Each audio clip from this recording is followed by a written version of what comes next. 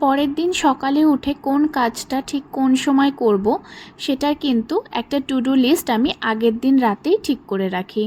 যেরকম আজকে বুধবার আর কাল রাতেই আমি ঠিক করেছিলাম আমার যে কিচেনের এই স্পেসটা আছে যেখানে আমি গ্রোসারি আইটেমগুলো স্টোর করে রাখি, এই জায়গাটা ভালো করে ক্লিন করব। রান্নাঘরের ঠিক এই স্পেসটাতে আমি আমাদের মান্থলি যে গ্রোসারি আইটেমসগুলো কিনে আনা হয় তার সঙ্গে কিন্তু টিনের একটা আটা রাখা স্টোরেজ বক্স আর মুড়ি একটা আটা রাখা স্টোরেজ বক্স কিন্তু রেখে থাকি। কাল সন্ধ্যেতে যখন 5 কেজি আটা কিনে রাখা হলো তখনই ভেবে রেখেছিলাম যে আগামীকাল মানে আজকে সকালে আটাটা ফিল করার আগে ভালো করে এই বাক্সগুলো ধুয়ে এই জায়গাটাকে মুছে রেখে দেবো।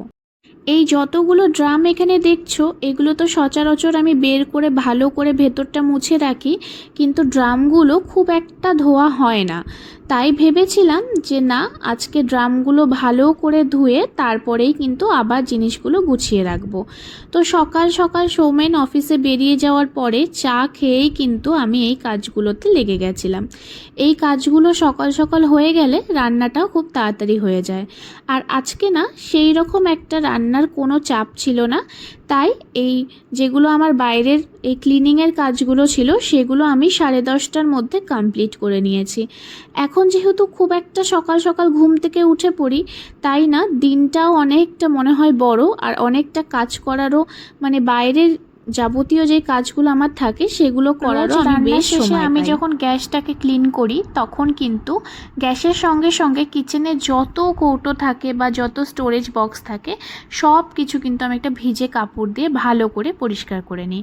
আজকে ভাবলাম যে এই জায়গাটাকে ভালো করে ডিপ ক্লিন করে নিই, কেননা এই মাসেই তো আবার আমাদের মাসকাবারি বা যে মানে গ্রোসারি আইটেমসগুলো নিয়ে আসা হবে, তখন তাহলে এই জায়গাগুলো মানে স্টোরেজ বক্সটা ভালো করে ক্লিন থাকবে। জানো তো, আমি কখনোই কিচেনটাকে অপরিষ্কার করে আমার মনে হয় রান্নাঘর শুধু একটি রান্না করার জায়গা না, এটি কিন্তু আমাদের পরিবারের একটা সুস্বাস্থ্য এবং সমৃদ্ধিরও কেন্দ্র। কিভাবে সেটাও দাঁড়াও তোমাদের সঙ্গে আমি শেয়ার করছি। যখনই তোমরা রাতে শুতে যাবে তার আগে তোমাদের সিঙ্কটাকে কখনোই ভর্তি বা বাসন দিয়ে ভরে রেখে দেবে না। চেষ্টা করবে রোজকার রাতের খাবারে যেই সব বাসনপত্রগুলো বেরোবে সেগুলো যাতে রোজ রাতেই ক্লিন হয়ে যায়।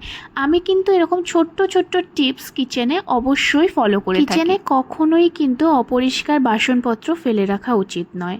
একটি পরিষ্কার কিচেন কিন্তু আমাদের সংসারে সব সময় পজিটিভিটি ও সমৃদ্ধি নিয়ে আসে। তোমাদের সঙ্গে কথা বলতে বলতে আমি আমার সকালের যে কাজগুলো সেগুলো প্রায় সকাল 9:30 10টার মধ্যে কমপ্লিট করে নিলাম।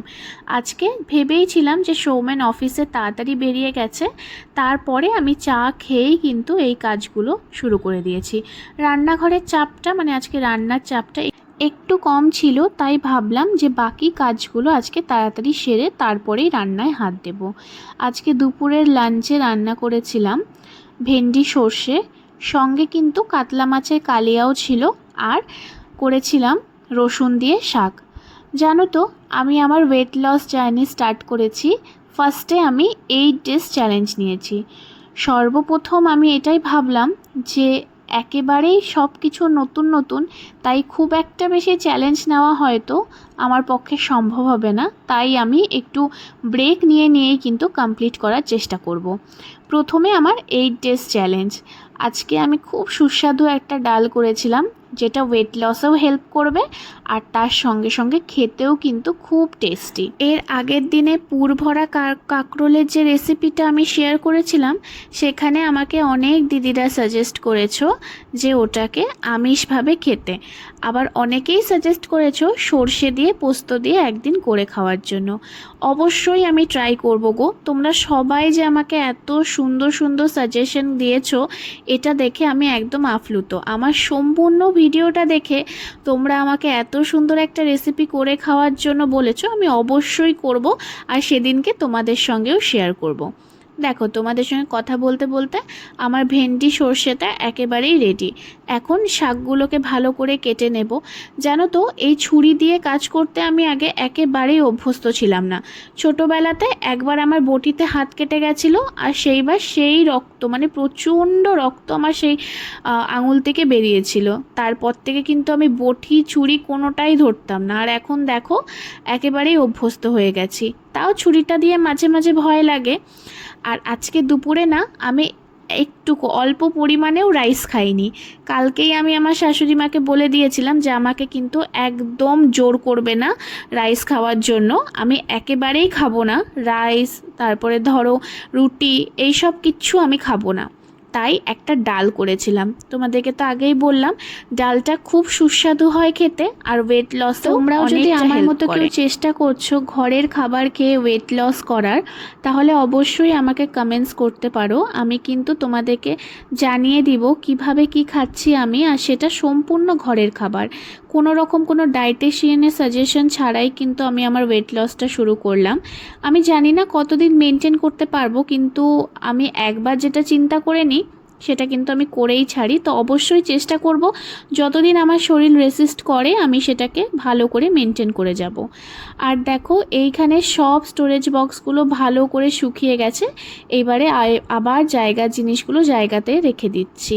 তোমাদেরকে আগেই বলেছিলাম আমি আমার লাঞ্চ প্ল্যাটার শেয়ার করব, দাঁড়াও সেটাও তোমাদের সঙ্গে শেয়ার করি। আমার লাঞ্চ প্ল্যাটারে ছিল পেঁয়াজ দিয়ে, রসুন দিয়ে, টমেটো দিয়ে একটা ডাল ফ্রাই, সঙ্গে ছিল শসা, একটু বিট নুন নিয়েছিলাম, আর ছিল একটা ছোট্ট পিস মাছ ভাজাটার জন্য আমি পিসটা একটু ছোটই নিয়েছিলাম, কেননা এখানে 2 রকমের ডাল আছে, তাই প্রোটিন লেভেলটা অনেকটাই হাই। আমি যখন ভেবেছি যে আমি ঘরের খাবার খেয়েই ওয়েট লস করব, তার মানে এটা নয় যে আমি সব কিছু খাবার বন্ধ করে দেব, সবই খাবো কিন্তু অল্প অল্প পরিমাণে আর ঠিকঠাক পরিমাণে। আজকে কি লাঞ্চের জন্য মেনু হয়েছে সেগুলোও তোমাদেরকে দেখিয়ে দিচ্ছি, একেবারেই কিন্তু ভাতটা খাবো না।